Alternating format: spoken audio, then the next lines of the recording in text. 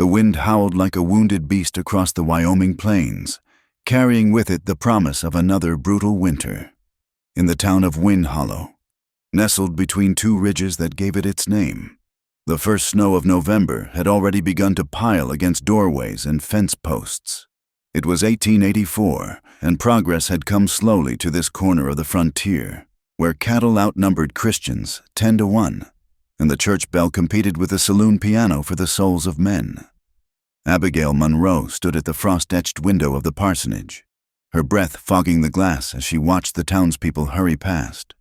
Heads bent against the wind, at 23, she had the kind of beauty that poets might have called ethereal.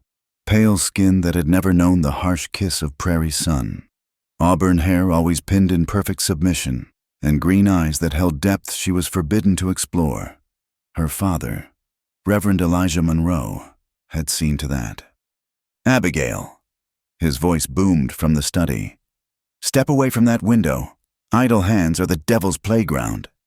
She let the heavy curtain fall back into place, her fingers lingering on the rough fabric. Everything in the parsonage was rough, austere, designed to remind its inhabitants that comfort was a luxury reserved for the afterlife. She moved to the kitchen, her black dress rustling like dried leaves, and began preparing the evening meal. Beef stew again. The widow Harrison had brought them another portion of tough meat from her son's butcher shop, payment for prayers said over her husband's grave. The church bell tolled 6 times, its bronze voice cutting through the storm. Soon, the good people of Wind Hollow would gather for Wednesday evening service, their faces pinched with cold and righteousness. Abigail would sit in the front pew, spine straight as a rifle barrel, while her father thundered about sin and salvation. She knew the routine by heart, could recite his sermons in her sleep. Sometimes she did. As she stirred the pot, her mind wandered to that morning's peculiar event. A child had gone missing. Little Emma Sullivan, only 6 years old, had wandered off while her mother tended to the washing. The whole town had turned out to search, even some of the ranch hands from the outlying properties. That's when she'd seen him. Jesse Cade.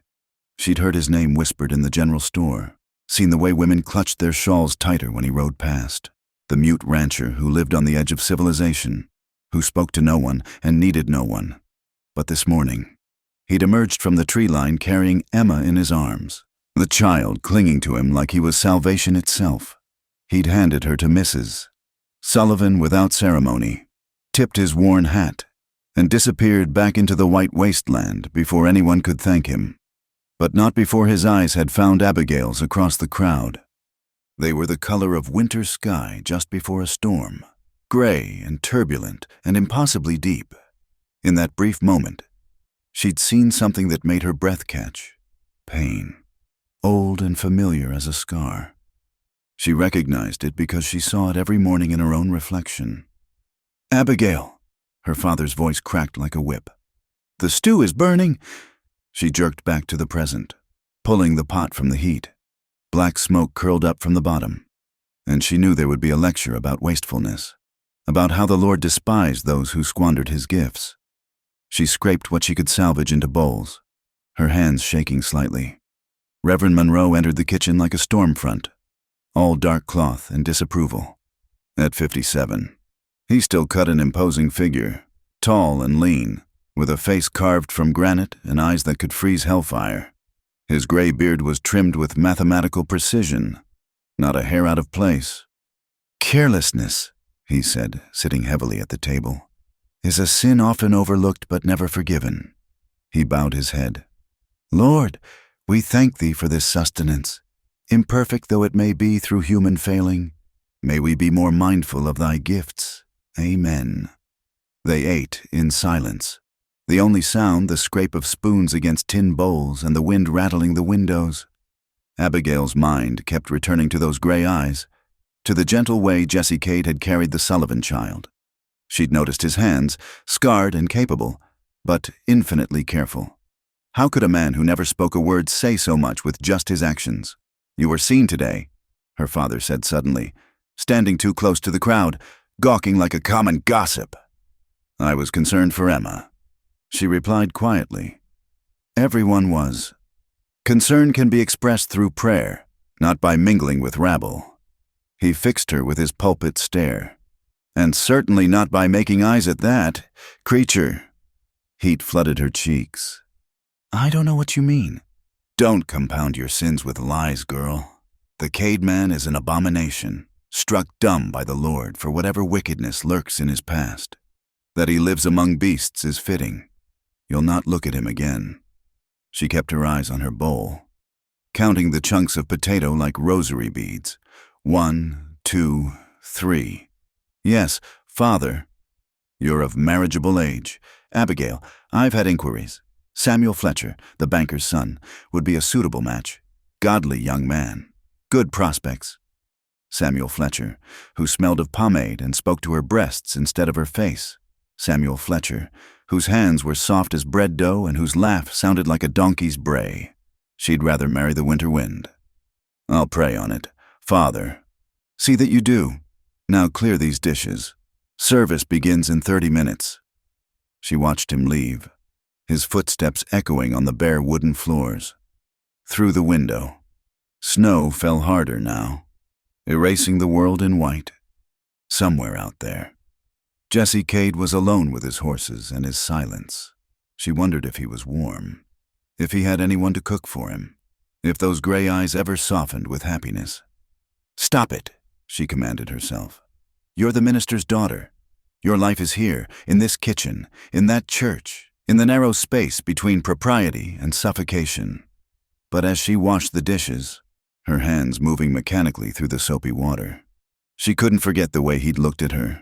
Not with the calculating appreciation of the town men, not with the pious condescension of the church elders.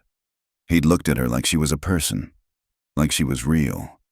The church filled quickly despite the weather. Farmers and their wives, shopkeepers, the blacksmith still smelling of coal and iron. They filed into their customary pews, a rigid hierarchy of faith and finance. Abigail took her place at the front, her hands folded in her lap, her face composed into the mask of devotion she'd perfected over years of practice.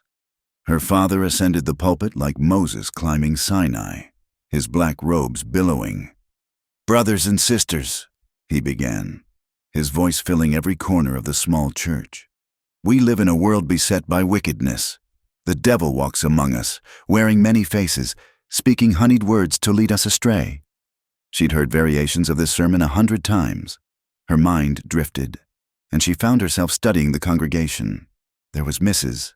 Henley, nodding along while everyone knew she watered down the milk she sold. Mr. Patterson, who beat his horses and probably his wife. The Sullivan family. Little Emma nestled between her parents, still pale from her adventure, and in the very back, half hidden in shadow, a figure she hadn't expected. Jesse Cade stood against the wall, snow still dusting his shoulders. He'd removed his hat, revealing dark hair that needed cutting and a face that belonged on a Roman coin, all strong angles and weathered planes. A scar ran from his left temple to his jaw, white against sun-darkened skin. He wasn't looking at her father. He was looking at her. The temptations of the flesh. Reverend Monroe's voice rose to a crescendo. The weakness that leads good women to ruin and good men to damnation. She forced herself to look away, to focus on the cross hanging behind the pulpit. But she could feel those gray eyes on her like a physical touch, warm despite the cold that seeped through the church walls. When the service ended and the congregation filed out into the storm, she stayed seated, knowing her father would expect her to help him close the church. But when she finally turned, Jesse was gone. Only a small puddle of melted snow marked where he'd stood. Later, as she lay in her narrow bed listening to the wind howl, she wondered why he'd come. He never attended services, had no use for the fellowship of godly people. Had he come for salvation, for shelter from the storm? Or had he come for her? The thought should have frightened her, should have sent her to her knees in prayer for forgiveness. Instead, she pulled her thin blanket higher and remembered those careful, scarred hands carrying a child to safety, remembered eyes that held pain but no cruelty. Outside, the storm raged on. And somewhere in that white wilderness, Jessie Cade faced it alone. She said a prayer for him, not the formal words her father would approve, but something simpler. Keep him warm, keep him safe. Let him know that someone sees him as more than an abomination. It was the first honest prayer she'd offered in years. The storm arrived 3 days later with the fury of God's own wrath. Wind screamed down from the mountains, driving snow horizontal, turning the world into a howling white void. By evening, Wind Hollow had disappeared beneath drifts that reached halfway up doors and windows. The temperature plummeted until even breathing hurt. Abigail stood in the kitchen, watching her father prepare to leave. He'd received word that old Thomas Garrett lay dying on his ranch 15 miles north, begging for last rites. No storm would keep Elijah Monroe from his Christian duty. "Bar the doors," he commanded, wrapping himself in layers of wool and oilcloth. "Keep the fires burning. I'll return when the Lord's work is done." "Father, the storm tests our faith." His eyes were hard as flint. "You'll be safe here. Pray for guidance and engage in no foolishness." Then he was gone, swallowed by the white beast outside. Abigail secured the heavy door and leaned against it, listening to the house groan under the wind's assault. She was alone, truly alone, for the first time in months. She busied herself with chores, feeding the fire, checking the windows for drafts. But as darkness fell complete and terrible, the parsonage began to feel less like sanctuary and more like a tomb. The walls shuddered. Snow piled against the windows until they were blind white eyes. In the cellar, she could hear the foundation creaking. Then, through the storm's roar, came a different sound. 3 measured knocks on the door. Her heart lurched. No one should be out in this weather. No one could be. She pressed her ear to the wood. "Who's there?" 3 more knocks, urgent but not frantic. With trembling fingers, she lifted the bar and cracked the door. Wind tried to tear it from her hands, and snow stung her face like needles. A figure stood on the porch, so covered in white he looked like a ghost made solid. Jessie Cade. Ice crusted his eyebrows and beard. His lips were blue, his gray eyes the only warm thing about him. He didn't speak, couldn't speak, but held up his hands in a gesture that needed no words. "Please, she should close the door." Her father's voice rang in her head. Proper young women didn't entertain men alone, especially not men like Jessie Cade. But looking at him, frost-burned, shaking, more ice than man, she knew sending him back into the storm would be murder. "Come in," she said, stepping aside. "Quickly." He stumbled over the threshold, and she threw her weight against the door to close it. When she turned, he was standing in the entry, melting snow pooling at his feet, looking like he wasn't sure he should be there either. "The kitchen," she said. "It's warmest there." He followed her, each step careful, maintaining distance even as his body shook with cold. In the kitchen's firelight, she got her first real look at him. His coat was frozen, stiff as armor. Ice had formed in his dark hair. And his hands, those careful, capable hands, were white with frostbite's kiss. "You need to get warm," she said, then felt foolish. Of course he knew that. I'll get blankets." When she returned, he'd removed his coat but stood uncertainly by the table, not presuming to sit. She draped a blanket around his shoulders, careful not to touch him directly. He nodded thanks, then pointed to the fireplace, mimed, working with his hands. "The wood? Yes, we need more. It's in the shed, but—" He was already moving, taking the empty wood carrier. She watched, astonished, as he prepared to go back outside. "No, you can't. You just—" He held up one finger.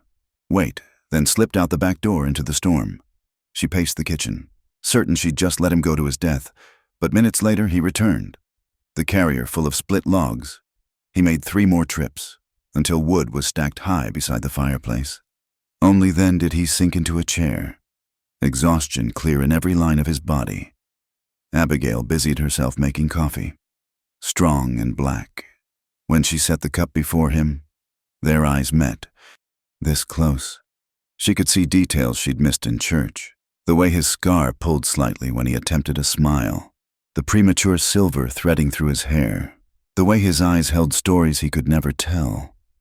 "Why were you out in this storm?" she asked. He reached into his shirt pocket, pulled out a small leather pouch, and emptied it on the table. Herbs, dried and carefully preserved. Then he pointed to her, touched his throat, and made a coughing gesture. "Medicine. For me?" She was puzzled until she remembered. She'd had a cough during last Sunday's service, tried to stifle it during her father's sermon. "You came through this storm to bring me medicine?" He nodded, then seemed to realize the impropriety of it all. He started to rise, but she put out a hand. "No, please, the storm won't break for hours. You'll die out there." He settled back, but she could see the tension in him. He pulled paper and a stub of pencil from another pocket, wrote carefully, "I can sleep in the barn." "With no heat?" "Absolutely not." She surprised herself with her vehemence. "You'll stay here where it's warm. I don't care what." She stopped, not wanting to say what my father thinks. He studied her face, then wrote, "You could lose everything. For showing Christian charity to someone in need?" His mouth quirked, almost a smile. He wrote, "We both know it's not that simple." She should have been offended. Instead, she found herself almost smiling back. "No, it's not, but you saved Emma Sullivan. You've helped half the families in this valley one way or another.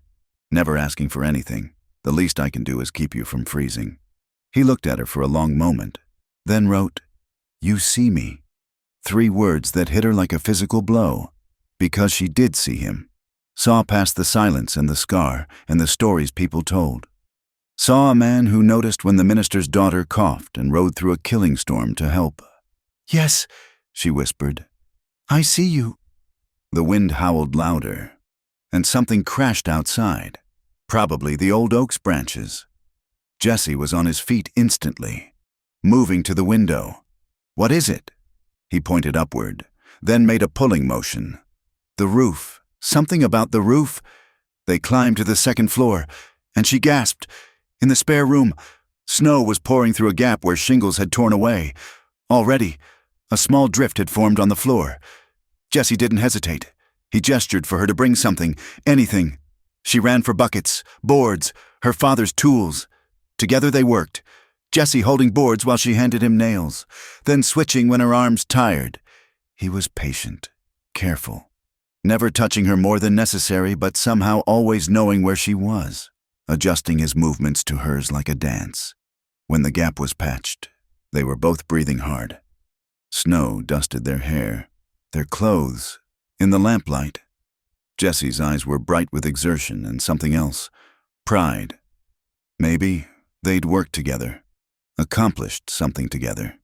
Then she coughed, a harsh, rattling sound that bent her double. Jesse's face changed instantly to concern. He guided her back downstairs, settled her by the fire, and set about making tea from the herbs he'd brought. She watched him work, noting how he knew exactly where everything was, as if he'd been watching, learning, preparing for this moment. The tea was bitter but soothing. As she drank, he wrote, "My mother taught me. Before whatever had stolen his voice." She wanted to ask but didn't know how. He must have seen the question in her eyes because he wrote, "I was 8, tried to stop my stepfather from beating her. He broke my throat, never healed right." "Oh, Jesse." His name slipped out without thought. His eyes widened slightly. Had anyone spoken his name kindly in years? He wrote quickly, "Don't pity me, I survived." She didn't. "That's not pity," she said firmly. "That's sorrow for a boy who is braver than any man I know." He looked away, but not before she saw moisture gather in his eyes. When he turned back, he'd composed himself, pointed to her room, made a sleeping gesture. She should rest. "What about you?" He gestured to the kitchen floor. "The blankets. You'll freeze." He shook his head, stubborn. They sat in silence, the storm a wild thing beyond the walls. Then, from somewhere deep in the house, came a sound that made Abigail's blood freeze. Her father's study door, banging open, but her father wasn't home. Jesse was already moving, putting himself between her and the hallway. They crept forward together, and Abigail gasped. The study window had shattered. Snow swirled through the room like a living thing, scattering her father's precious papers. Without hesitation, Jesse plunged into the chaos. Together they salvaged what they could: sermons, church records, the heavy Bible Elijah Monroe treasured above all things. Jesse boarded the window while Abigail organized the rescued papers, her hands shaking not from cold but from the thought of her father's rage if anything was lost. When they finished, she found Jesse watching her with those gray eyes that seemed to see through to her soul. He wrote, "You're afraid of him." She wanted to deny it. Instead, she whispered, "I'm afraid of disappointing him, of being less than what he expects, of wanting things I shouldn't want." "What do you want?" The question hung between them like a bridge over a chasm. What did she want? Freedom, choice, the right to laugh without permission, to speak without measuring every word against Scripture, to be touched with tenderness instead of judgment. "I want," she said slowly, "to know what it's like to be seen as myself, not as the minister's daughter, to make mistakes without damning my soul, to—" Thunder crashed overhead, winter thunder, rare and ominous. The house shook, and she stumbled. Jesse caught her, his hands gentle but firm on her arms. For a moment they stood frozen, closer than they'd ever been. She could see flecks of blue in his gray eyes, could smell wood smoke and snow on his clothes. Then the sound came again. Not thunder, something hitting the house. Jesse released her, went to investigate. She followed, fear and something else making her heart race. In her father's bedroom, they found disaster. A massive branch had punctured the roof, and snow poured in like a waterfall. The bed, the furniture, everything was being buried. They worked through the night. Jesse climbed into the attic to shore up the damage while Abigail hauled water-soaked belongings to safety. When exhaustion finally stopped them, dawn was breaking, the storm finally quieting to mere blizzard. She found Jesse slumped against the wall, covered in sawdust and melting snow. Without thinking, she knelt beside him, brushed ice from his hair. He caught her hand, held it still. His palm was rough with calluses, but warm. So warm. "Thank you," she whispered. He turned her hand over, traced letters on her palm. "Thank you for seeing me." The intimacy of it, his finger on her skin, writing words only she could feel, made her shiver. She should pull away, should remember who she was, what was proper. Instead, she asked, "Will you stay until the storm ends? Please." He searched her face, then nodded. She knew they were crossing a line, knew there would be consequences. But as she looked at this man who'd battled a blizzard to bring her medicine, who'd worked through the night to save her father's possessions, who touched her like she was precious and breakable and worth saving, she couldn't bring herself to care. "I'll make breakfast," she said, standing. "You should rest." But when she turned back from the doorway, he was watching her with eyes that held promises and warnings in equal measure. And she knew, with certainty that should have terrified her, that the storm raging outside was nothing compared to what was building between them. The storm raged for 3 more days, turning the parsonage into an island in a sea of white. Each morning, Abigail would wake to find Jesse already up, tending the fires, melting snow for water, checking the makeshift repairs they'd made. He moved through the house like a ghost made helpful, always maintaining proper distance, never presuming. They developed a rhythm of survival. Jesse would venture out to feed the horses in the stable, returning covered in snow but triumphant with fresh eggs from the henhouse. Abigail would cook, rationing their supplies carefully, and they would eat in companionable silence. Then came the evenings. Those evenings became something precious. With no duties to attend, no parishioners to judge them, they could simply exist. Jesse would whittle by the fire while Abigail read aloud from books other than the Bible, poetry her mother had hidden, novels her father would have burned. His eyes would lift from his work to watch her face as she read about faraway places and impossible loves. On the second night, she asked him to teach her something. He looked puzzled until she mimed whittling. His face transformed with that almost smile, and he selected a piece of soft pine, guided her hands on the knife. The contact was electric, his calloused fingers over hers, showing her how to angle the blade, how to read the wood's grain. "What should I make?" she asked. He thought, then sketched on paper. "Something that makes you happy." She worked in concentration, tongue between her teeth like a child. What emerged was crude but recognizable.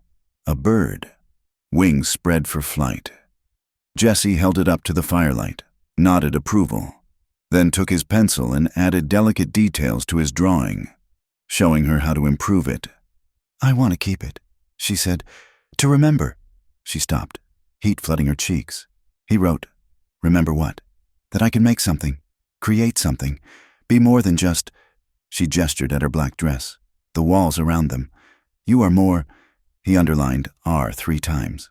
That night, she gave him her bedroom while she took the small storage room. He protested with gestures and scribbled notes, but she insisted. "You've been sleeping on floors for 2 nights. Please." But sleep wouldn't come. She lay in the narrow cot, listening to the storm, thinking about those 3 underlined words. When had anyone last told her she was more than her role? When had she last believed it herself? Near midnight, she heard movement. Peering out, she saw Jesse in the hallway, a bucket in his hands, following quietly.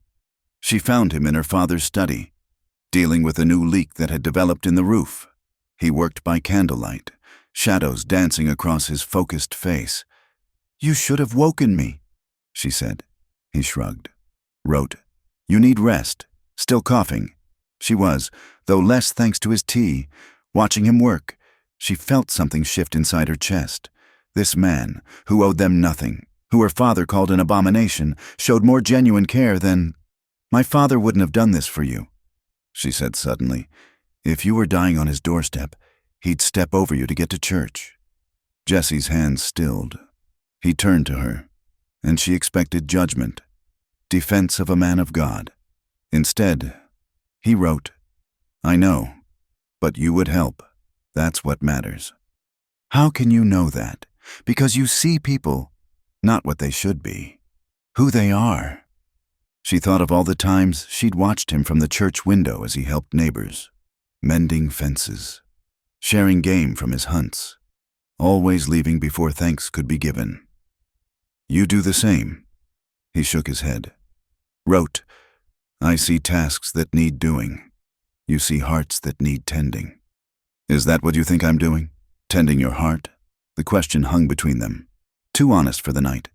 Jesse looked at her for a long moment, then wrote slowly, "My heart was stone until you looked at me in that crowd, like I was worth seeing." Her breath caught. "Jesse," he held up a hand, wrote more, "I know what I am, what I can't give you. But for these days, can we pretend?" "Pretend what?" "That the storm will never end, that your father won't return, that we're just 2 people." She stepped closer, close enough to see the pulse in his throat. "We don't have to pretend that last part. We are just 2 people." His hand rose, hesitated, then touched her face so gently she might have imagined it. She leaned into the touch, closing her eyes. When she opened them, he was writing, "You're trembling." Not from cold.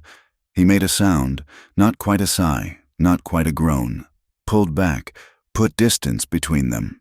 Wrote, "This is why I should have stayed in the barn." "No," she said firmly. "This is why I'm glad you didn't." They finished fixing the leak in silence, but the air between them hummed with unspoken words.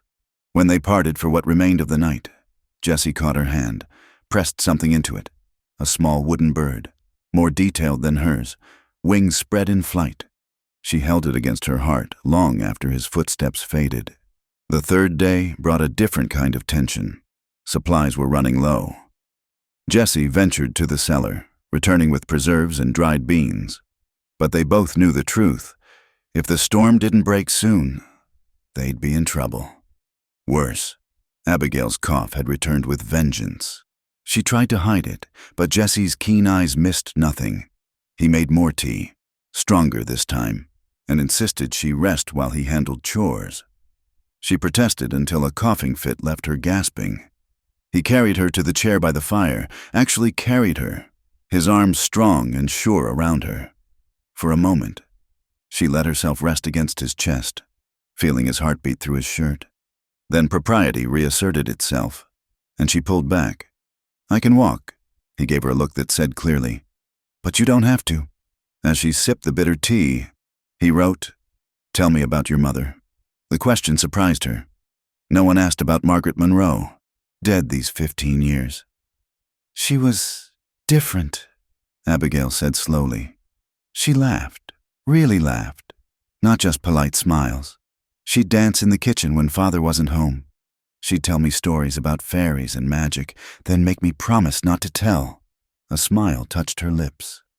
She had books hidden everywhere, poetry mostly, love sonnets she'd copy in her perfect hand. Jesse listened, truly listened, his whole body focused on her words. Father burned them all after she died, said they'd weakened her mind, made her susceptible to the consumption that took her. But I think... She paused, voicing thoughts she'd never dared speak.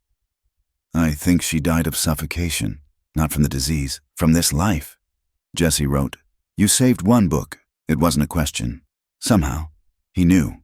She nodded, went to her room, and returned with a slim volume hidden beneath her mattress. Shakespeare's sonnets, her mother's notes in the margins. "Read one," his note requested. She opened to a random page, her mother's favorite marked with a pressed wildflower. "Let me not to the marriage of true minds admit impediments." As she read, Jesse's eyes never left her face. When she finished, he wrote, "Your mother knew love. I used to think so. Now I wonder if she just dreamed of it. Dreams can be enough. Sometimes. Are they enough for you?" He considered before writing, "They were. Until you..."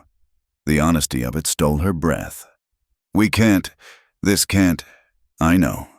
He held up the paper, then added, "But we have now." She set down the book, moved by something stronger than propriety. Kneeling beside his chair, she took his hand, scarred, beautiful, gentle, and pressed it to her cheek. He made that sound again, part sigh, part prayer. "Show me," she whispered.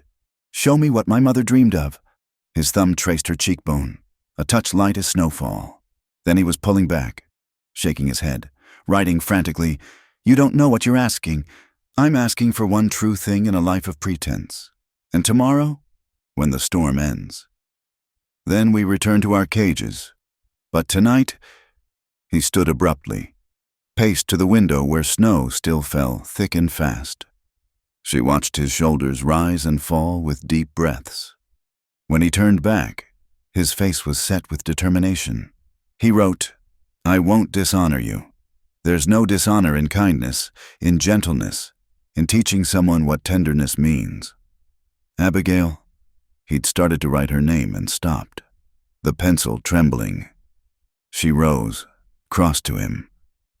"All my life, I've been told what I should want, should feel, should be. No one has ever asked what I need." She touched his face, mirroring his earlier gesture. "I need to know I'm more than a role, more than expectations. I need to feel alive before I'm buried alive." He caught her hand, pressed it flat against his chest, where his heart hammered. With his free hand, he wrote, "You are the most alive person I've known. Then help me feel it." He kissed her then, soft as prayer, careful as worship.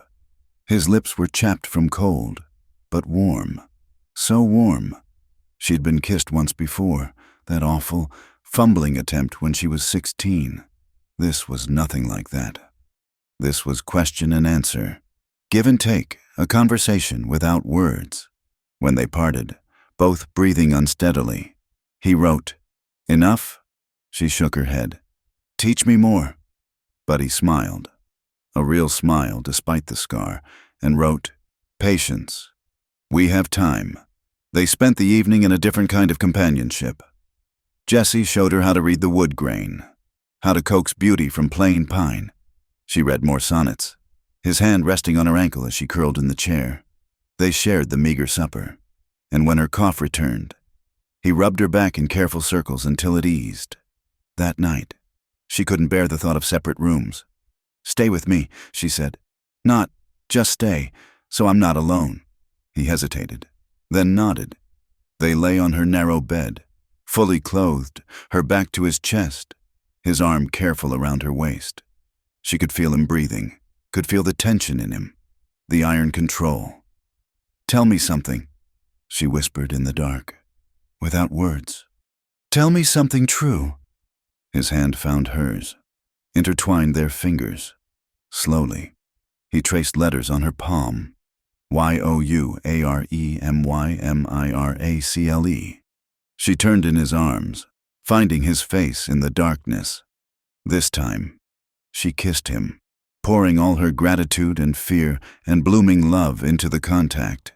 He responded with careful passion, his hands framing her face like she was something holy. They pulled apart when breathing became necessary, foreheads touching. "The storm will end," she whispered. He nodded against her. "My father will return." Another nod. "And this, us, will become impossible."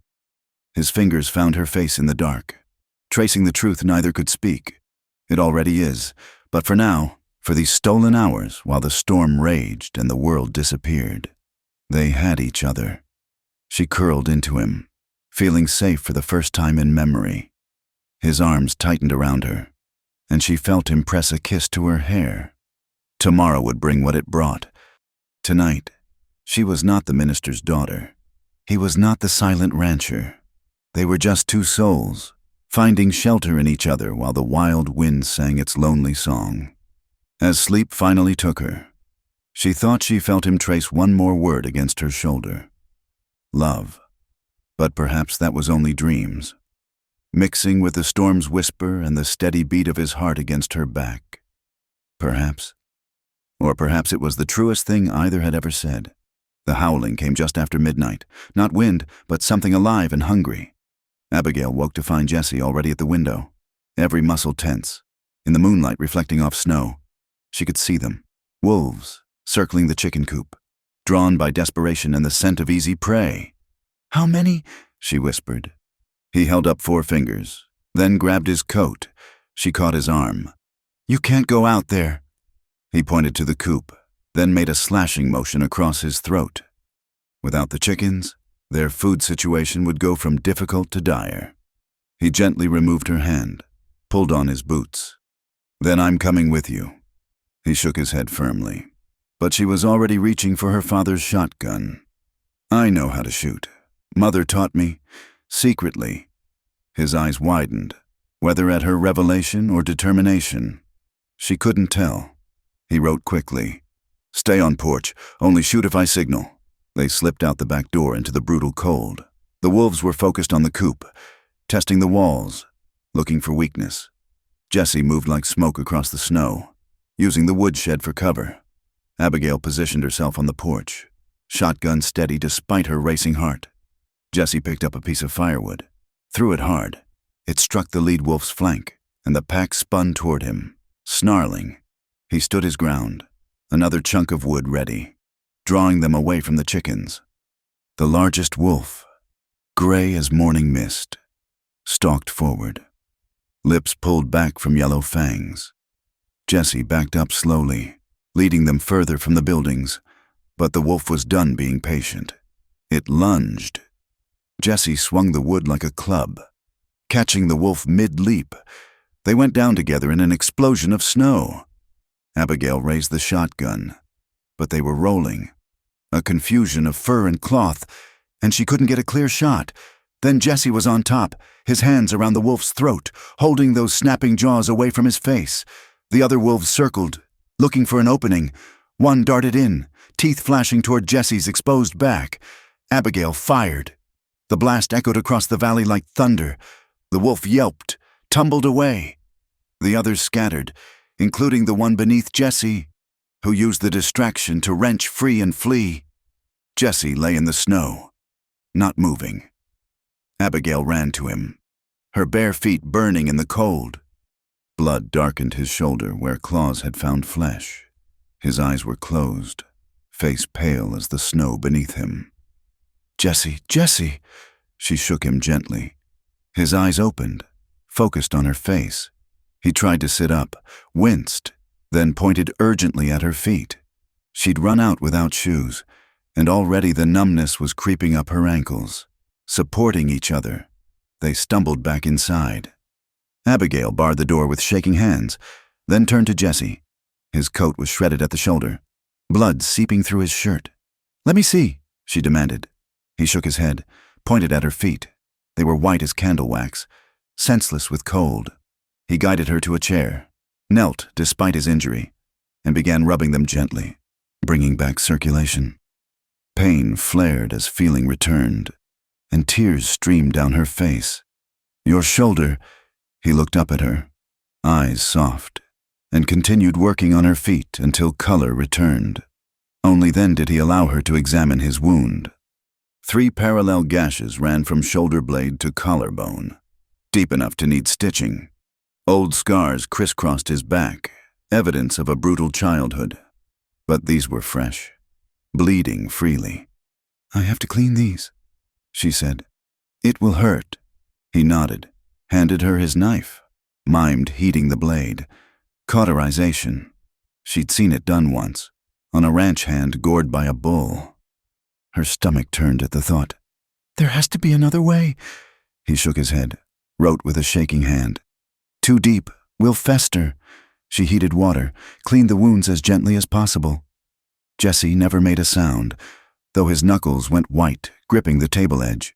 When she'd done all she could with water and whiskey from her father's hidden supply, she heated the blade. "I'm sorry," she whispered. "I'm so sorry." He reached back, found her hand, squeezed once. Permission, forgiveness, trust. The first touch of hot metal made him arch. Muscles rigid. The smell of burning flesh filled the kitchen. Abigail's hands shook, but she forced herself to be thorough, sealing each gash. When it was done, Jesse slumped forward, conscious but spent. She bandaged him with strips torn from her petticoat, then helped him to the fire. He leaned back, face gray with pain, but managed to write, "Your feet? Fine, thanks to you." She knelt beside him. "Why did you go out there? We could have lost the chickens. Could have lost you. So you risked your life for birds?" He almost smiled. "Risked my life for you. Birds were excuse." She touched his face, felt the fever already starting. "You beautiful, foolish man." He caught her hand, pressed it to his lips, then, with effort, wrote, "Worth it, all worth it." She stayed beside him through the night, bathing his forehead when fever spiked, forcing willow bark tea between his lips.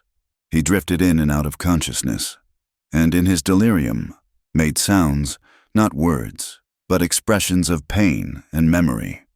Once, he gripped her hand and made a noise like a child's sob. She held him close, whispered soothing words, and he quieted. Another time, he pushed weakly at invisible attackers, and she saw again the boy who'd tried to save his mother. Dawn came pale and uncertain. The storm had finally broken, leaving crystal silence in its wake. Jesse's fever had peaked and fallen, and he slept deeply. Normally, Abigail allowed herself to breathe. She was dozing in the chair when sounds from outside woke her. Horses, voices. Her father had returned. Panic flooded her. Jesse in her chair. Bloodied bandages. The intimacy of their position, it all screamed impropriety. She shook Jesse gently. "My father! He's back!" Jesse's eyes snapped open, alert despite exhaustion. He tried to rise, swayed. She steadied him. "The storage room. You can rest there. I'll explain. Something." They'd barely made it to the small room when the front door burst open. "Abigail!" Her father's voice boomed through the house. "What is this destruction?" She smoothed her hair, her dress, tried to calm her racing heart. Found him in his study, surveying the boarded window. "The storm. Father. Windows broke. The roof." "And you handled this alone?" His eyes were sharp, suspicious. I did what I could." He walked slowly through the house, noting repairs too skillful for her hands. In the kitchen, he stopped at the table where bloodied cloth still lay. "Whose blood?" The wolves came, after the chickens. I had to— You went outside? Alone? Used a weapon? Each word was a lash. The chickens would have died. We need nothing that requires you to act like a savage. He grabbed her shoulders. Shook her. What else? What else are you hiding? A sound from the storage room. Jessie, stifling a cough. Her father's face went dark as storm clouds.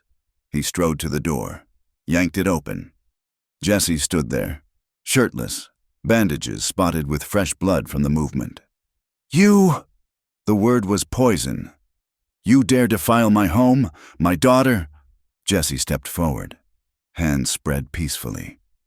Abigail moved between them. He saved our chickens. He was injured. I couldn't— Silence.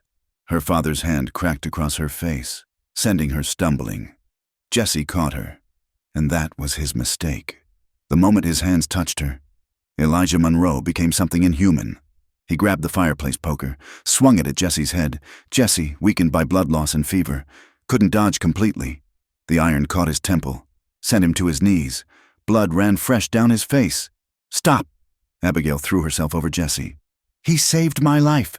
He corrupted you. Look at you, defending this mute animal. Her father raised the poker again. I love him. The words rang out, shocking in their truth. Her father froze, face contorting. You love? Yes. She stood, helping Jessie rise. He's good and kind and brave. He's everything you pretend to be from that pulpit. You little whore. The words were quiet, which made them worse. You've lain with this creature. No, but I want to still. She lifted her chin. Because he sees me as a person, not property. Her father's control snapped. He lunged at Jessie again, but this time Jessie was ready. He caught the poker, wrenched it away despite his injuries. For a moment, violence hovered in the air like a living thing. Then Jessie did something unexpected. He knelt, placed the poker at Elijah's feet, and bowed his head. Surrender. Not from weakness, but from strength. You mock me? Elijah sputtered. You dare. Jessie looked up, met his eyes steadily, then wrote in the air, I'm sorry. Sorry. You invade my home, corrupt my daughter, and you're sorry. Jessie stood slowly, painfully, and walked to the door. He paused, looked back at Abigail with eyes that said everything. Then he was gone, leaving bloody footprints in the snow. Abigail started after him, but her father caught her arm. You take one step after that animal, and you're no daughter of mine. She looked at this man who'd raised her, preached love while practicing control, spoke of mercy while showing none. Then she looked at the door where Jessie had gone, injured and alone. The choice was no choice at all. Then I'm no daughter of yours, she said, and pulled free. But by the time she reached the porch, Jessie was already disappearing into the tree line, a dark figure against white snow. She called his name, uselessly. He couldn't hear. Her bare feet wouldn't carry her through the drifts. Behind her, her father raged. You'll stay in your room until you remember your place. No food until you repent. She turned to face him. My place? My place is with the man who showed me kindness, who taught me that love doesn't have to hurt. Love? He laughed bitterly. You know nothing of love. No, she agreed. You made sure of that. But I'm learning. He dragged her to her room, locked the door from outside. Through the small window, she could see Jessie's tracks leading away, already filling with fresh snow. She pressed her hand to the glass and whispered words he'd never hear. Come back. Please come back. But the only answer was the wind and the cold silence of a heart learning the true price of love. 2 days passed in torment. Abigail remained locked in her room, refusing the bread and water her father slid under the door. Through her window, she watched the road, praying for a familiar figure that never came. At night, she clutched the wooden bird Jessie had carved, running her fingers over its delicate wings until the edges grew smooth from touching. On the third morning, her father unlocked the door. He looked older, grayer, as if her defiance had aged him years. You will dress appropriately, he said coldly. You will attend service. You will apologize publicly for your shameful behavior. Then you will accept Samuel Fletcher's proposal. I will not. Then you will remain in this room until you rot." He turned to leave, paused. That creature was found on the road to his ranch, beaten near to death. The good men of this town, defending virtue. The world tilted. Is he alive? Unfortunately. Doc Morrison tended him out of Christian charity, though the beast deserved none. He's back at that hovel he calls a ranch, where he belongs. Relief and rage warred in her chest. Good men? They're cowards and hypocrites. They're protectors of decency, something you've forgotten. He locked the door again. Abigail paced her small prison. Jessie's blood on her conscience. He'd been hurt because of her, because she'd been too weak to hide her feelings, too selfish to send him away sooner. The wooden bird seemed to mock her from the dresser, a symbol of freedom neither of them possessed. That night, she heard tapping at her window. Her heart leaped, but it was only Rebecca Morrison, the doctor's daughter, balanced precariously on the porch roof. "Rebecca, what?" "Shh!" The girl, barely 17, pressed a folded paper through the window crack. "From Papa's patient. He can't write proper with his hands bandaged, but he managed this." The note was smudged, written in painful, shaky letters. "Forget me. Live. How is he?" Abigail gripped Rebecca's hands through the window. "Papa says he'll heal, though it'll take time. 3 broken ribs. His face." Rebecca lowered her voice. "They were cruel, Miss Abigail, real cruel, but he never made a sound. Papa said, just kept trying to write something." "What?" "Your name." Abigail pressed her fist to her mouth to stifle a sob. Rebecca squeezed her hands once more, then disappeared into the night. Forget me, live, as if she could do either without him. The next morning brought commotion. Through her window, Abigail saw riders gathering in the street, the same good men who'd attacked Jessie. Her father joined them, his black coat stark against the muddy snow. Mrs. Patterson, the blacksmith's wife, was speaking rapidly, gesturing toward the south road. Then the men were mounting up, riding hard out of town. Something had happened. Hours later, Rebecca appeared at her window again, face flushed with exertion and news. The Fletcher Bank was robbed. 3 men, masked, took everything. Shot Samuel Fletcher in the shoulder when he tried to stop them. They're saying, she paused dramatically, they're saying Jesse Cade did it. That's impossible. He's injured. He can't even hold a gun. I know that. Papa knows that. But your father's convinced them. Says Jesse's been planning this, using you as distraction. They're forming a posse. Ice flooded Abigail's veins. They'll kill him. That's what they're planning. Rebecca glanced over her shoulder. I have to go. But Miss Abigail, Papa says a determined person could break that lock with a good piece of metal.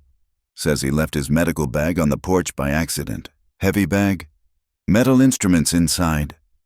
She was gone before Abigail could respond. The house fell quiet as evening approached. Her father had joined the posse, leaving her under the watch of Mrs. Carpenter, the elderly widow who helped with cleaning. Abigail waited until she heard snoring from downstairs, then retrieved the medical bag Rebecca had indeed left. Inside, wrapped in cloth, was a small crowbar. It took 3 tries and all her strength, but the lock finally gave. Abigail crept downstairs, past the sleeping widow, and into her father's study. His strongbox sat behind the desk. She'd seen him open it hundreds of times, knew the combination was her mother's death date. Inside lay money for church expenses, and beneath that, her mother's wedding ring. The one her father had claimed was buried with her. Abigail took both. If she was damning herself, at least she'd do it thoroughly. She dressed in her father's old riding clothes, pinned her hair tight, and slipped out into the night. The stable boy was nowhere to be seen, probably joined the posse for the excitement. She saddled her father's mare, the fastest horse they owned, and rode.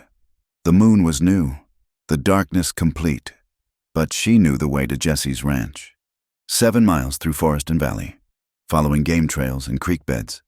The mare moved surely despite the dark, sensing her urgency. She smelled smoke before she saw flames. Jesse's barn was burning, orange tongues licking at the sky. His cabin was already engulfed. In the firelight, she saw horses.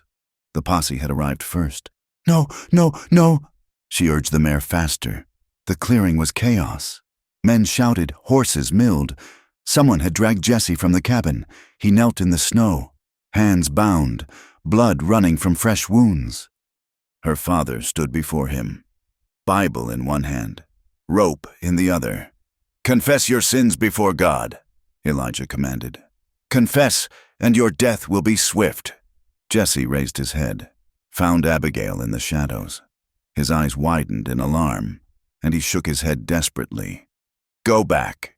Every line of his body screamed, "Run." Instead, she rode into the firelight. "Stop!" Her voice cut through the madness. "He's innocent." The men turned, shocked. Her father's face contorted with rage. You dare show your face here? He was with me during the storm. He couldn't have planned anything. You know this. I know he corrupted you, made you his accomplice." He grabbed her mare's bridle. "You've proven his guilt by coming here." She slid from the saddle, evaded his grasp, ran to Jesse, fell to her knees beside him, cupping his battered face. "I'm sorry," she whispered. "I'm so sorry." He leaned into her touch, eyes saying what his ruined throat never could. Touching, Samuel Fletcher rode forward, arm in a sling but pistol steady in his good hand. The whore and her mute lover. How poetic. "Call me what you want."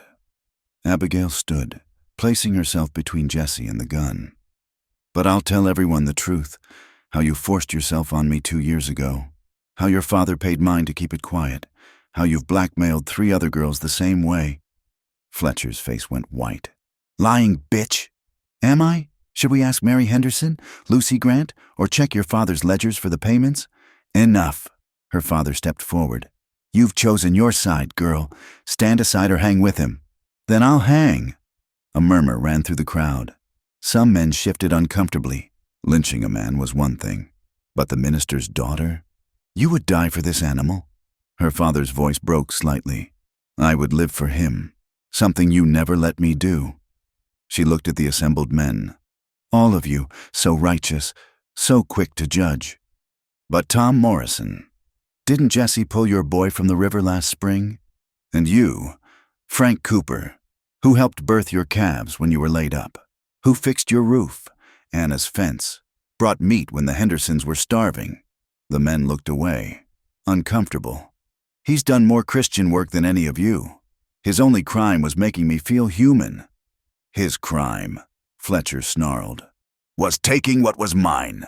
I was never yours. I'm not anyone's property." She turned back to her father. "That's what you could never understand. Mother knew it. That's why she died. Not from sickness, but from suffocating in your cage." Elijah raised his hand to strike her, but Jesse made a sound, the first vocalization she'd heard from him. Not a word, but a warning growl that froze everyone. Still protecting her, Doc Morrison pushed through the crowd, medical bag in hand. Even now, beaten and bound, he thinks only of her safety. He looked around at his neighbors. "This isn't justice." "It's murder." "Stay out of this, Doc," Fletcher warned. "No, I've stayed out too long. We all have." Morrison knelt by Jesse, began checking his wounds. "This man saved my son, saved half your children, one time or another. And we're going to hang him because he fell in love." "Because he's a thief," Elijah insisted. "Is he?" A new voice. Sheriff Coleman rode into the clearing, 3 men behind him. "Because we just caught the real robbers 20 miles south, Turner boys, like I suspected. Got the money and a full confession." The crowd stirred, muttering. Coleman dismounted, walked to Jesse. "You're free to go, Cade, though doesn't look like you've got anywhere to go to." He gestured at the burning buildings. "He has somewhere," Abigail said firmly. "Anywhere I am." Her father made one last attempt. "You walk away now. You can never come back.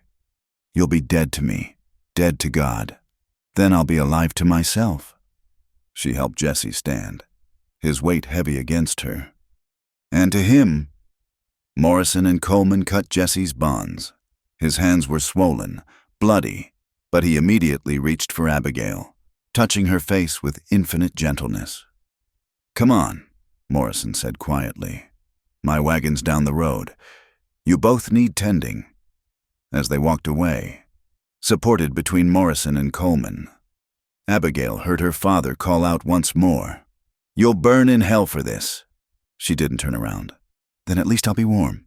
Behind them, the barn collapsed in a shower of sparks, taking with it Jesse's home, his life's work. But his arm was around her shoulders, her arm around his waist, and she felt his lips press against her hair. They'd lost everything, and yet, for the first time in her life, Abigail felt free. Doc Morrison's house became their sanctuary for 3 days. His wife, Eleanor, a woman who defied her own family to marry a frontier doctor, welcomed them without question. She tended Abigail's bruises while her husband worked on Jesse's more serious injuries. "Broken fingers on both hands," Morrison reported grimly. They stomped on them, deliberately, trying to ensure he'd never write again. Abigail held Jesse's bandaged hands gently, rage burning in her chest. He'd already lost his voice. Now they'd tried to take his only means of communication. "Will they heal?" she asked. "With time and care, though I can't promise they'll be as nimble as before." Morrison looked at Jesse directly. "You'll need to work them every day. Push through the pain. Understand?" Jesse nodded, then looked at Abigail with such trust it nearly broke her. That night, as she sat beside his bed, he managed to scratch out with his left hand, "Not your fault. It is entirely my fault. If I hadn't—" He shook his head firmly. Tried again. "Worth it. You free now." "We're free," she corrected. "Or we will be. Once you heal." A shadow crossed his face. He wrote slowly, painfully. "You could go back, apologize, have life. That's not a life. That's a slow death." She kissed his forehead. "We'll make our own way." But how? They had the money she'd taken from her father, her mother's ring, and nothing else. Jesse's livestock had been scattered or stolen. His cabin and barn were ash. Her reputation was destroyed. No decent person in Wind Hollow would hire or help them. The answer came from an unexpected source. On the third night, Sheriff Coleman visited. "I've been thinking," he said, hat in hands. "My brother runs a freight company out of Cheyenne, always needing honest workers. And," he looked uncomfortable, "I feel partly responsible. Should have stopped that mob sooner." "You stopped them from hanging us," Abigail pointed out. "Bare minimum of my job." He set a letter on the table. "This'll get you work and a place to stay, if you want it. Cheyenne's far enough that your history won't follow immediately." Jesse wrote carefully, "Why help us?" Coleman read it, smiled sadly. "My daughter ran off with a traveling merchant 5 years ago. I disowned her, called her terrible things. She died in childbirth last winter, and I never got to apologize. Never got to say I loved her more than my pride." He cleared his throat. "Don't be me." After he left, Abigail and Jesse looked at the letter, then at each other. A new start. It was more than they'd dared hope. They left before dawn, Eleanor Morrison pressing a basket of food and medical supplies into their hands. Doc Morrison had found them a small wagon and sturdy mule. "Payment for all the times you helped folks," he'd told Jesse firmly. The road to Cheyenne stretched through wilderness and small settlements. They traveled slowly. Jesse still weak, hands barely able to hold the reins. Abigail learned to drive, to make camp, to cook over open fire. At night, they slept in the wagon bed, curled together for warmth under blankets Eleanor had insisted they take. 4 days into the journey, they stopped in a nameless town for supplies. The general store owner, a weathered woman named Ruth, studied them shrewdly. "Newlyweds?" Abigail started to correct her, then stopped. Jesse's eyes met hers, a question in them. "Yes," she said firmly. "We are?" Ruth smiled. Thought so? Got that look. Like the world's against you, but you don't care. She added extra flour to their order. Wedding gift. That night, camped by a creek under stars like scattered diamonds, Jessie wrote, Want to do it proper. Do what? Marry you. Real ceremony, not lie. Her heart stuttered. Jessie Cade. Is that a proposal? He nodded, then added, Can't offer much. No home, no voice. Just hands that will heal and heart that's yours. Yes, she whispered. Yes to all of it. He smiled, that rare, transformative smile, and pulled something from his pocket. Her mother's ring, cleaned and polished. Saved it from wagon. Hoped you'd say yes. She laughed through tears as he slipped it on her finger with his bandaged hands. They kissed under the vast sky, and she thought her mother would have understood, would have approved of choosing love over propriety, freedom over safety. They found a traveling preacher 2 days later at a trading post. He was nothing like her father, young, cheerful, with dirt under his nails from helping build a schoolhouse. He married them beside the wagon for the price of a meal, with traders and travelers as witnesses. Do you take this woman? He asked Jessie. Jessie nodded, then wrote on paper for the preacher to read, with all that I am and all that I will be. And do you take this man? I do, Abigail said clearly. For his silence and his storms, his gentleness and his strength, I take him as he is, and as he'll become.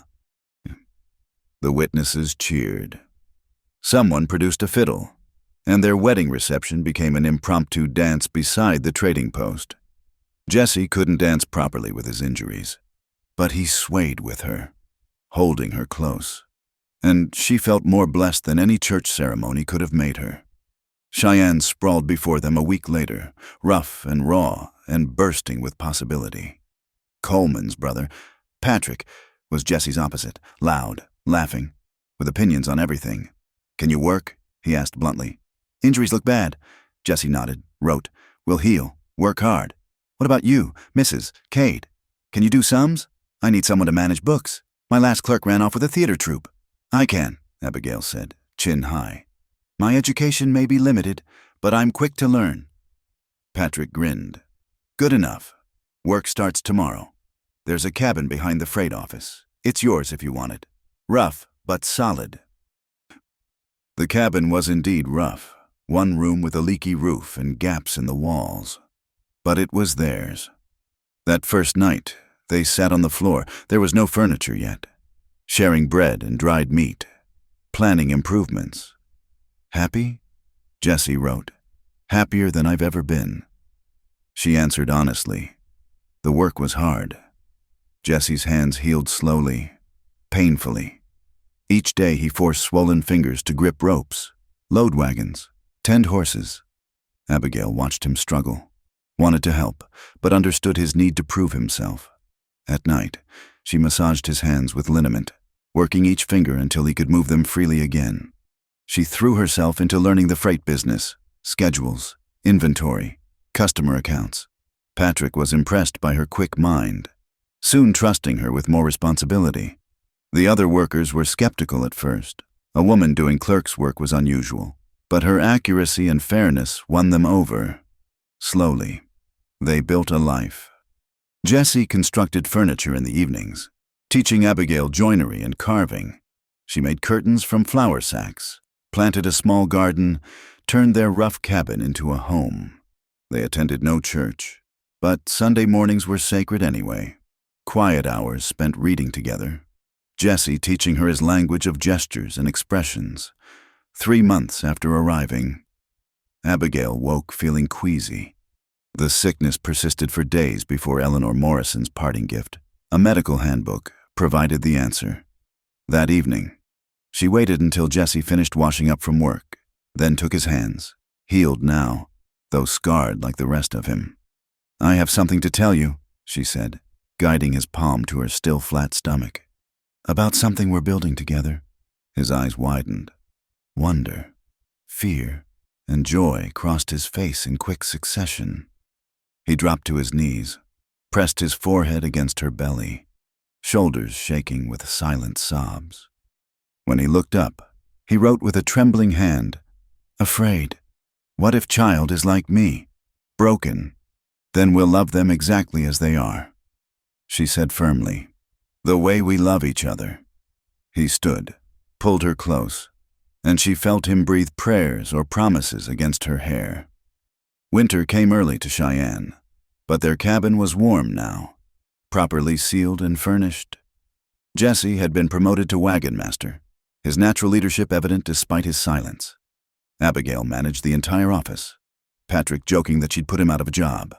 One snowy evening, as she was closing the ledgers, a familiar figure appeared in the doorway. Her blood froze. Samuel Fletcher stood there, travel-worn but still radiating menace. "Hello, Abigail, or should I say, Mrs. Cade." She stood carefully, one hand moving to the letter opener on the desk. "What do you want?" "What I've always wanted, you—" His smile was cold. "Your father sent me. He's willing to forgive your indiscretions. Take you back. All you have to do is claim the savage forced to you, that the marriage is invalid. Get out. Think carefully. Your bastard will need a father, a name. I'm willing to provide both. My child has a father, and the only bastard I see is standing in my office." His face darkened. "You always were too proud, but pride breaks. Abigail, when your mute husband can't provide, when your brat is crying from hunger, you'll remember this offer. The only thing I'll remember is the sound of you leaving." He stepped closer. "Maybe I should take what's mine now. Who'd believe a whore anyway?" A hand fell on Fletcher's shoulder, Jesse's hand, iron-strong from months of hard work. Fletcher turned, face paling. Jesse might be mute, but his eyes spoke volumes, all of it violent. "Unhand me, savage." Jesse didn't. Instead, he lifted Fletcher like a sack of grain, carried him to the door, and threw him into the muddy street. Fletcher scrambled up, reaching for his gun, but found himself staring down the barrels of several rifles. The freight workers had heard the commotion. "Man bothering you, Mrs. Cade?" Big Tom, the lead driver, asked mildly. "He was just leaving," she said. "Weren't you, Mr. Fletcher?" Fletcher looked at the armed men, at Jesse standing protectively before his wife, at Abigail's hand resting on her growing belly. Something shifted in his face. Not acceptance, but defeat. "This isn't over," he muttered, but they all knew it was. He rode away into the snow, and Abigail never saw him again. That night, as they lay in their bed, a real bed now, with a proper mattress, Jesse wrote, "Safe, you and baby? Safe," she assured him. "All three of us." He curved around her, hands splayed protective over where their child grew, and she felt the truth of it. They'd lost homes, families, reputations. They'd gained everything that mattered. Outside, snow fell soft as forgiveness, covering the rough edges of the world in pristine white. Inside, wrapped in warmth and love and possibility. Abigail Cade, finally understood what her mother had dreamed of in those hidden books of poetry. Not just love, but partnership. Not just passion, but purpose. Not just freedom, but the courage to claim it. Jesse's breathing deepened into sleep, but his hand stayed protective over their future. She covered it with her own, wedding ring catching the firelight, and whispered prayers of gratitude into the winter night. They were building more than a life now. They were building a legacy of love in a hard land, proof that sometimes the most broken things, when joined together, create something unbreakable. Spring arrived with the news that shattered their hard-won peace. Patrick Coleman burst into the freight office where Abigail worked, face grave. "Letter came from Wind Hollow," he said, handing her the envelope. "From Doc Morrison." Her hands trembled as she read. Her father had suffered an apoplectic fit while preaching hellfire from his pulpit. He survived but was paralyzed, unable to speak. Ironic punishment for a man who'd lived by words and judgment. The church elders were sending him to a church-run asylum back east, but that wasn't what made her sink into her chair. "They're sending you to a reform institution," she told Jesse that evening. "The church council voted." They say I'm an unwed mother, that our marriage isn't valid without my father's consent. They're coming to take me back."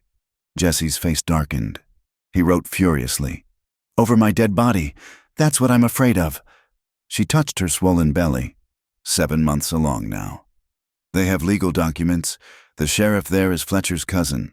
They'll come with the law. Then we run." "Where? How far can I travel like this?" Tears she'd held back for months finally came. "I'm so tired of running. Jesse." "So tired of looking over my shoulder." He knelt before her, took her face in his hands with infinite gentleness. His lips moved, shaping words he couldn't voice. "I protect you. Always." That night, they held council with Patrick and some of the freight workers who'd become friends. Big Tom, who'd stood against Fletcher, spat tobacco juice in disgust. "Reform institution. That's just a fancy name for prison. They work women to death in those places.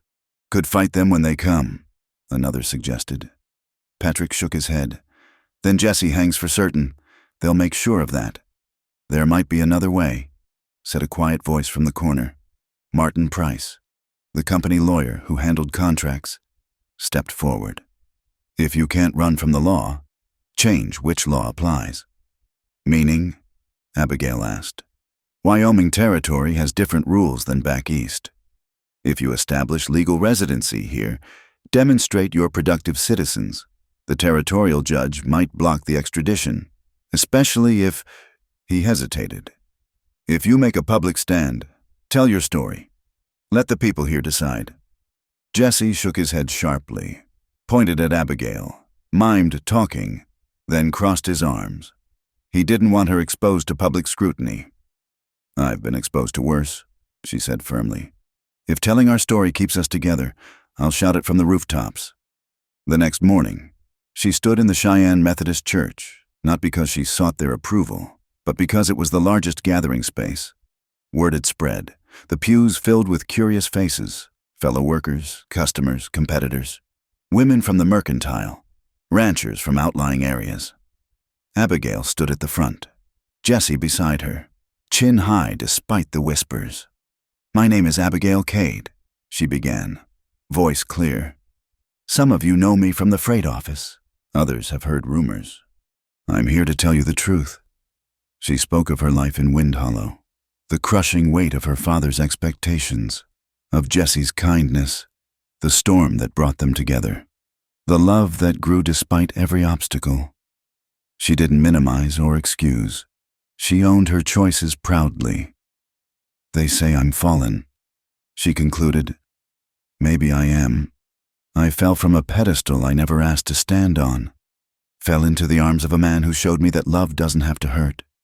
She took Jesse's hand.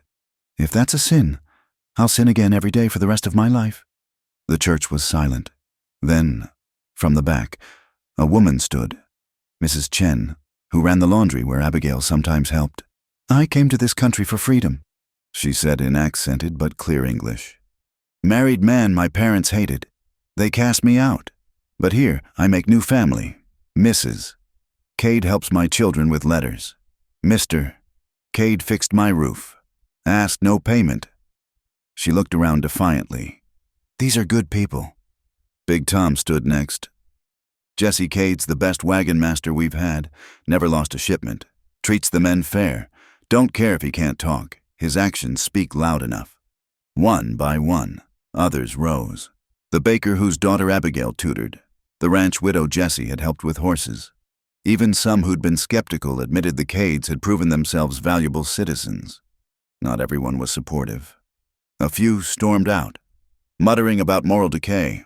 But when Territorial Judge Andrew Hartley called for a community vote on whether the Cades should be protected from extradition, the ayes overwhelmed the nays. This territory was built by people seeking second chances. Judge Hartley declared, "The court finds no valid claim against Mrs. Cade. Any attempt to remove her by force will be met with the full authority of territorial law." But Abigail knew her father's reach and Fletcher's vindictiveness. Legal protection was one thing. Actual safety was another. The confrontation came 2 weeks later. Abigail was working late, finishing the month's accounts, when she heard horses outside, Many horses. Through the window, she saw them, a dozen men from Wind Hollow, her father's deacon at their head, accompanied by Samuel Fletcher and a man wearing a sheriff's badge. Jesse appeared from the warehouse, several workers flanking him. Word had spread quickly. Soon, Coleman stood with them, hand on his pistol. "We've come for the wayward woman," the deacon announced. "Her father demands her return. Her father has no authority here," Judge Hartley said, stepping from the hotel across the street. He'd been waiting, expecting this. "Mrs. Cade is a citizen of Wyoming Territory, under our protection. She's a minister's daughter, bound by higher law." Fletcher snarled. "The only law that matters here is territorial law." Coleman stated flatly, "You have no jurisdiction." "Then we'll take her anyway." Fletcher reached for his gun. He never cleared leather. Jesse moved faster than thought, his fist connecting with Fletcher's jaw with years of suppressed rage behind it. Fletcher dropped like a stone. The Wind Hollow men bristled, hands moving to weapons, but found themselves outnumbered 3-1 as more townspeople emerged, armed, ready, protecting their own. "I suggest," Judge Hartley said mildly, "you gentlemen return home. Tell Reverend Monroe his daughter has found her own path, one that doesn't lead back to him." The deacon, seeing the odds, helped Fletcher to his horse. But before they left, he called out, "Abigail Monroe, your father's final message. You are dead to him. Your name is struck from the family Bible. You have no past, no heritage, no home." Abigail stepped forward, one hand on her belly. "Good. I prefer the future I'm building to the past," he offered. She looked at each Wind Hollow man. "Tell him Abigail Monroe is dead. She died in that parsonage, smothered by righteousness. But Abigail Cade lives, and she is gloriously, defiantly alive." They left in dust and defeated fury. The crowd dispersed slowly, many stopping to offer support to the Cades. Jesse stood close to Abigail, watchful, ready to catch her if the strain proved too much. That night, as she lay exhausted in their bed, he wrote, "Proud of you. I'm proud of us," she corrected. He nodded, then added, "Dead to him. How do you feel?" She considered. Her father, whatever his faults, had raised her, fed her, taught her to read, even if he'd tried to control what she read. There was grief there, but also free, she said finally. "Orphaned but free. Is that wrong?" "No. Sometimes family is who chooses you, not who birthed you." His hand moved to her belly, feeling the baby kick. "This one will know only love. No conditions." "Promise?" she whispered. He nodded solemnly, then wrote, "I promise in signs. You promise in words. Together. Child hears everything." A week later, with summer heat building and her time approaching, Jesse surprised her. He led her, eyes closed, to a spot beside the creek outside town. When she opened them, she gasped. A small cabin stood there, proper built, with real windows and a stone chimney. Wildflowers bloomed around the door. "Our home," he wrote. "No running, no hiding. Ours." "How?" she breathed. He gestured to the trees, where she saw Big Tom, Patrick, Martin Price, and a dozen others, all grinning. "We figured you'd need more space with a little one coming," Patrick explained. "Everybody contributed something: labor, materials, furniture." Mrs. Chen emerged from inside. "I made curtains, blue like sky. So you remember freedom every morning?" Abigail walked through the cabin in wonder. 2 rooms, luxury after their single room in town, a proper stove, handmade furniture including a beautiful cradle, shelves already lined with donated books. "It's perfect," she whispered. Then louder, "It's perfect." But Jesse had one more surprise. He led her to the main room where a small writing desk sat beneath the window. On it lay paper, new pens, and an inkwell. "For your words," he wrote. "Stories you'll tell our child. Letters to the mother you miss. Poems like she loved." She hadn't told him she'd started writing. Secret scribblings when the freight office was quiet. Somehow, he'd known anyway. That evening, As their friends celebrated outside with food and music, Abigail sat at her new desk and wrote her first letter in her real home. Dear Mother, I know you can't read this, but I need to tell you, I found him. The love you wrote about in your margins. It doesn't speak in words, but in actions, in patience, in the space between heartbeats. Your granddaughter or grandson will know the laughter you had to hide. I'm free. Mother, finally free. Your daughter, Abigail Cade. Later, as the party wound down and stars emerged sharp and bright, she found Jesse standing by the creek, watching the water run clear and purposeful toward tomorrow. She slipped her hand into his. He squeezed gently, and together they stood in the gathering darkness. No words needed between them. Behind them, their new home glowed with lamplight. Before them, the vast Wyoming sky held infinite possibility. In 1 month, maybe less, their child would be born into this hard, beautiful world.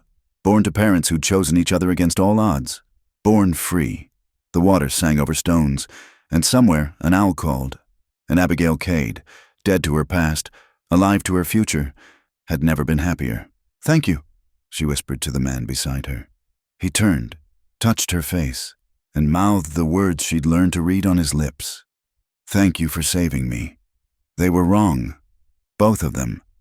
They'd saved each other. And in doing so, they'd written their own scripture, one measured not in thou shalt nots, but in the simple, revolutionary act of choosing love. The pains began at dawn. 3 weeks after they'd moved into the cabin, Jesse was already up, tending the small garden they'd planted, when Abigail's sharp intake of breath brought him running. Time, he signed, a gesture they'd practiced. I think so, she gasped, gripping the doorframe. He moved with swift efficiency, helping her to bed, then riding hard for Mrs. Chen, who delivered dozens of babies. By the time they returned, Abigail was pacing the cabin, pausing to breathe through contractions. Good. Walking is good. Mrs. Chen approved. Baby comes when ready, not before. The labor was long, through the morning and into afternoon. Jesse never left her side. He couldn't offer words of comfort, but his presence was everything. Cool cloths for her forehead, strong arms when she needed to lean, gentle hands massaging her back. As the sun began to sink, Abigail grew exhausted. I can't, she whispered. I'm not strong enough. Jesse knelt before her, took her face in his hands. He mouthed slowly, deliberately. You are strongest person I know. Liar. She laughed weakly, then cried out as another contraction hit, Mrs. Chen checked her progress. Soon now, very soon. The final stage came with the last light of day. Abigail gripped Jesse's hands, drawing strength from their scarred surfaces, from all they'd built together. One last push, one last cry, and then a new voice filled the cabin. High, indignant, perfect. A daughter, Mrs. Chen announced, cleaning the baby efficiently. Healthy, loud, good lungs. She gets that from mother. Jesse's face was wet with tears as Mrs. Chen placed the baby in his arms. He looked down at the tiny face, the shock of dark hair, the perfect fingers that gripped his thumb with surprising strength. Beautiful, he signed with his free hand, like her mother. Like her father, Abigail corrected, exhausted but euphoric. Look, she has your eyes. They were gray, those newborn eyes, like winter skies full of storms and promise. What will you name her? Mrs. Chen asked, cleaning up quietly. Abigail looked at Jesse. They'd discussed this. For a boy. Thomas, after the old rancher who'd first shown Jesse kindness. For a girl. Margaret, Abigail said softly. Margaret Hope Cade, for the grandmother who dreamed of freedom and the future we're building. Jesse nodded, then carefully transferred the baby to Abigail's arms. Margaret fussed briefly, then settled against her mother's breast, instinct guiding her to nourishment. Our miracle, Jesse wrote later, after Mrs. Chen had gone and the cabin was quiet except for Margaret's small sounds. Our beginning, Abigail agreed. The weeks that followed blurred together in a haze of feedings, diapers, and wonder. Jessie proved as capable with the baby as with everything else. Patient when she cried, gentle when changing her, creative in the small toys he carved for her developing eyes to track. Abigail recovered quickly, driven by the needs of their daughter and the approaching winter. The cabin needed final preparations, supplies to be laid in. She returned to part-time work at the freight office, bringing Margaret in a cradle Jessie had modified with wheels. The men were enchanted. Rough teamsters who cursed like sailors would tiptoe past the sleeping baby, speaking in whispers. Big Tom brought tiny moccasins his Arapaho wife had made. Patrick declared himself an honorary uncle and immediately spoiled Margaret with unnecessary gifts.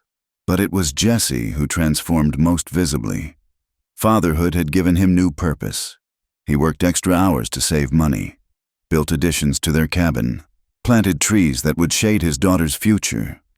When he held Margaret, his face softened in ways Abigail had never seen. One evening, as snow began to dust the ground, Abigail found him in the rocking chair he'd made, Margaret asleep on his chest. He was humming, actually humming, a toneless rumble that vibrated through his chest. The baby slept deeper at the sound. "She hears me," he wrote when Abigail joined them. "Not words, but me." "She knows your voice," Abigail assured him. "Different from others, but hers alone." Winter came gently that year, as if nature itself recognized their need for peace. The cabin stayed warm, their wood pile high thanks to neighbors who happened to have extra. Margaret grew round and happy, quick to smile, quicker to laugh, especially at her father's exaggerated faces. Just before Christmas, a package arrived from an unexpected source. Inside was a Bible, her mother's Bible, the one her father had claimed was buried with her. A note in shaky handwriting accompanied it. "Your father had a second stroke, before he died. He gave me this, said to send it to his daughter. I think he meant you." Widow Harrison Abigail opened the worn pages, found her mother's notes throughout. But there, in the back, in her father's precise hand, a new entry: Abigail Monroe Cade, born 1861, married Jesse Cade, 1884. Daughter Margaret Hope, born 1884. May God forgive what man cannot. She showed Jesse, who studied it long before writing. He saw you in the end. Too little, too late, she said, but without bitterness, looking at Margaret, bubbling happily in her cradle. Abigail felt only pity for the man who'd chosen righteousness over relationship. Spring brought changes. The territorial government, impressed by Jesse's work ethic and reliability despite his disability, offered him a position as regional freight coordinator.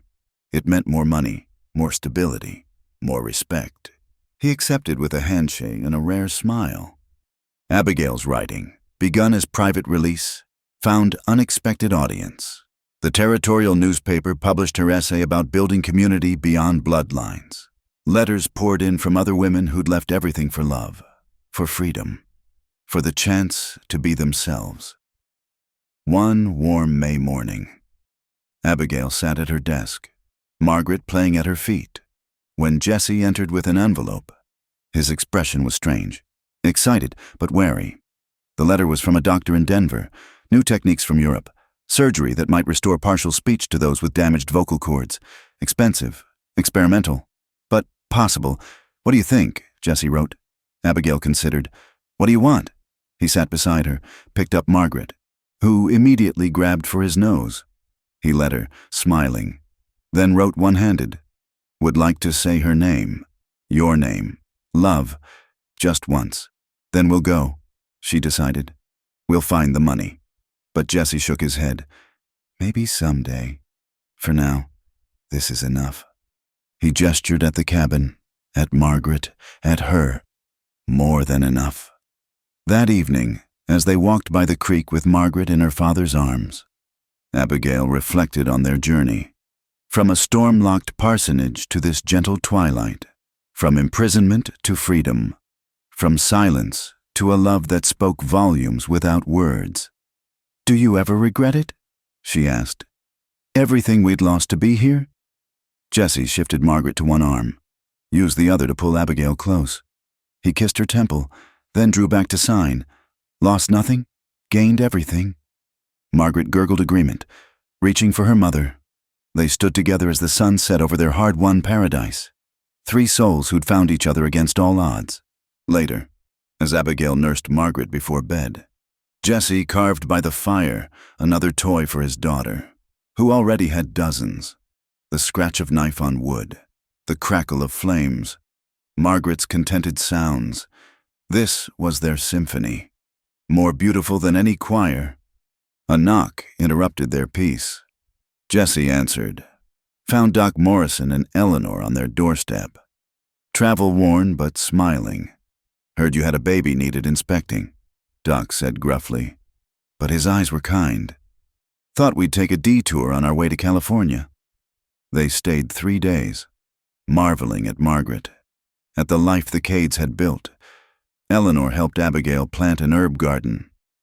Doc examined Jesse's throat, confirmed what they already knew. The damage was too old, too complete, but he also said something else. I've watched a lot of families, delivered a lot of babies. That little girl is lucky, not because her parents can give her everything, but because they gave up everything for the chance to give her love. He clasped Jesse's shoulder. You speak louder than most men who never shut up. After they left, Abigail found Jesse standing in Margaret's doorway, watching their daughter sleep. She slipped her arms around him from behind. What are you thinking? He turned in her arms, touched his heart, then hers, then pointed to Margaret. Family, complete, home. That night, as spring rain pattered on their roof and Margaret slept between them. A bad habit, Abigail knew, but too sweet to break. Jesse traced words on her palm in the darkness. Thank you for seeing me. She caught his hand, pressed it to her lips. Thank you for breaking down my doors. He made that rumbling sound that passed for laughter, pulled her closer. Outside, the creek sang its endless song. Inside, Margaret sighed in perfect contentment. They'd started with nothing but a storm and stubbornness. They'd built a life, a love, a legacy that would outlast any sermon, any judgment, any attempt to cage the human heart. In the morning, there would be work and worries, diapers and duties. But tonight, in their cabin by the creek, the preacher's daughter who'd locked her door and the silent rancher who'd broken it down with gentle hands held their daughter and each other. Proof that sometimes the greatest love stories are written not in words, but in choices, chances, and the courage to claim happiness despite the cost. Margaret stirred, made a small sound of satisfaction, and settled back to sleep. Her parents smiled at each other in the darkness. No words needed. They were home. Thank you for listening to this Wild West love story. Friends, I hope Abigail and Jesse's journey touched your heart as much as it did mine. Where are you listening from today? Drop a comment below and let's connect across the miles, just like our lovers did across the Wyoming plains. Don't forget to subscribe to From Wild West channel for more tales of courage, passion, and the untamed frontier. And please, share your thoughts. What moved you most about their story? Until next time, keep riding toward your own sunset. Happy trails.